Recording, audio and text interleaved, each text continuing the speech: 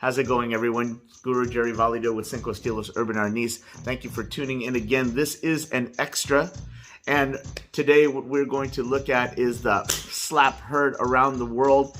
Unless you've been living under a rock or you were asleep through the entire thing and just woke up this morning and haven't even looked at the news, we're going to talk about the infamous slap that happened at the 2022 Oscars last night.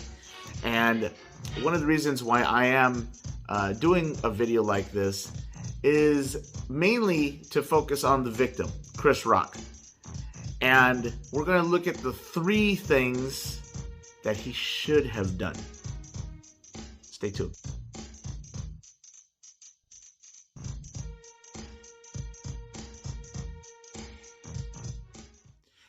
As I begin this video, I want to make something very clear. This was something done, obviously, in the public eye. It was broadcast globally, and the message that is sent by this action is basically saying, hey, you can go up to somebody and attack them and not be held accountable. This was a crime. The action of Will Smith hitting Chris Rock, slapping Chris Rock, whatever you want to call it, can be charged as a misdemeanor assault and battery. So the fact that Will Smith was not escorted out of there in handcuffs, it makes me kind of wonder if this whole thing was fake. Because if it were any random, if I were to do that, if I were just to run up and I was sitting in the audience and slap Chris Rock in the face, I'd been hauled out of there in handcuffs and tossed into jail. There are questionable aspects of this entire thing. But for all intents and purposes right now, it does appear that that is what happened, that he actually slapped him across the face. And in California, that is a crime.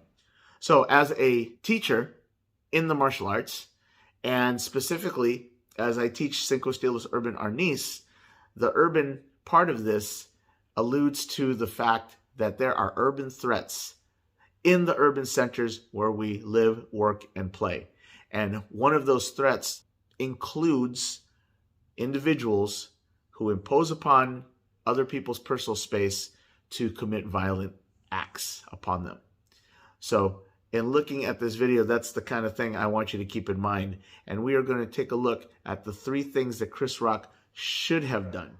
Before we move on into our segment today, if you like this content, I'd appreciate that like button being hit. Make sure you subscribe, hit that little bell notification, and you'll be notified whenever I upload a video. The video went viral literally minutes after this event happened.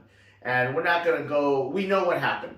I looked at the video, and of course I'm looking at it from a martial artist's standpoint, from a person that teaches self-defense and has been doing so for almost 30 years. Okay, so there are 3 top things that I want to focus on today that Chris Rock should have done to not being slapped, okay, by Will Smith. Now, I will give you this proviso. This was a Hollywood event. These guys are both actors. There is the highest possibility that this whole thing could have been staged. Okay, and I say that because, number one, Will Smith is a big dude. As a side story, I was in West Hollywood a couple months ago with my daughter, and Chris Rock walked right past us. And it was Chris Rock, okay? Now, Chris Rock is a tall guy, but you can see Will Smith is a much bigger man. Now, I say all this because if Will Smith truly slapped Chris Rock, and Chris Rock didn't stumble, he did nothing but turn his face. So either A, it was staged, or B, Will Smith slaps like a 6-year-old kid. You know, I've had little students that I've taught karate to that could probably hit harder. Okay, that's the first thing. The second thing is that if this was an actual situation and Chris Rock's body language and everything that he did prior to being hit, if that's how he would have really reacted in an actual situation, man, that he is the classic untrained victim. because he did nothing to prevent that slap from coming and hitting him. If it was staged, then I'll forgive him for that. Then there was probably a reason why he didn't put his hands up. There's probably a reason why he just stood there smiling. Jada, I love you. G.I. Jane 2, can't wait to see it. All right?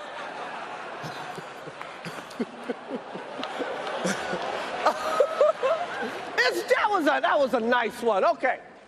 I'm out here. Richard. Oh, wow. Wow.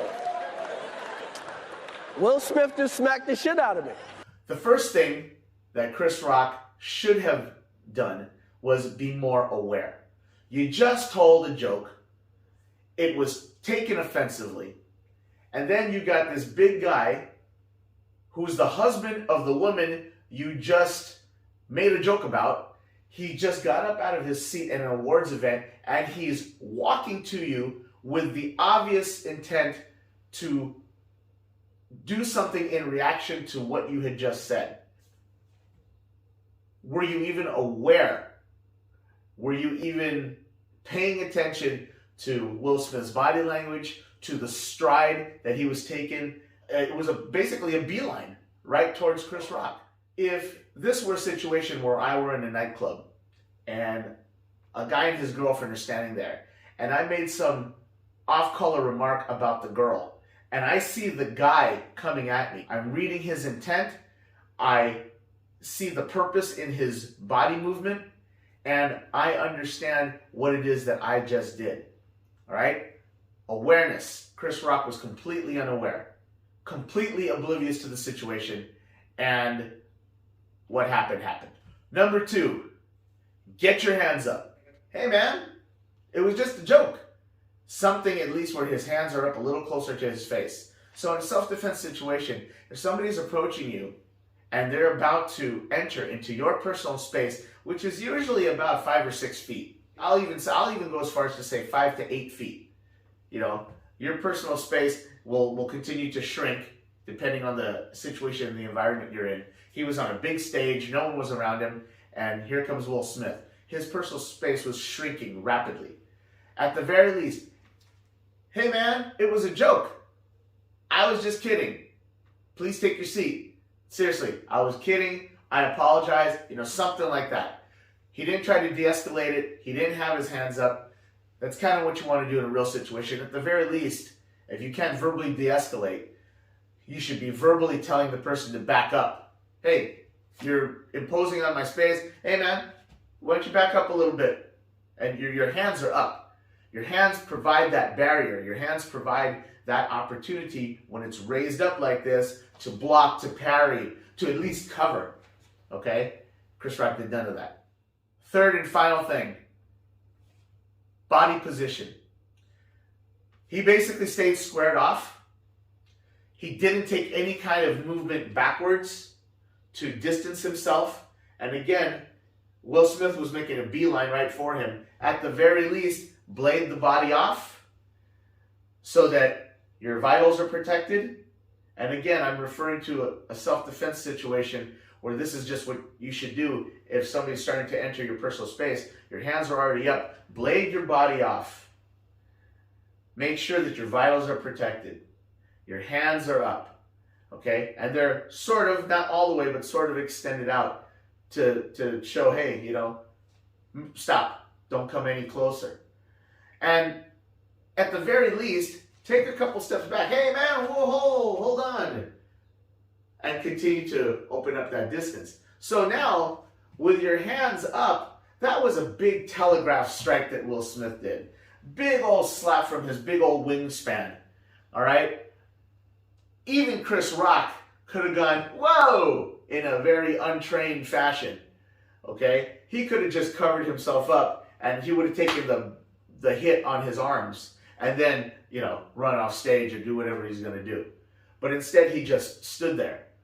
Okay? And he just stood there and then he took the slap. Again, makes me question as to whether or not it was fake. Okay? Chris Rock isn't a trained fighter. He's not going to just stand there and take a slap.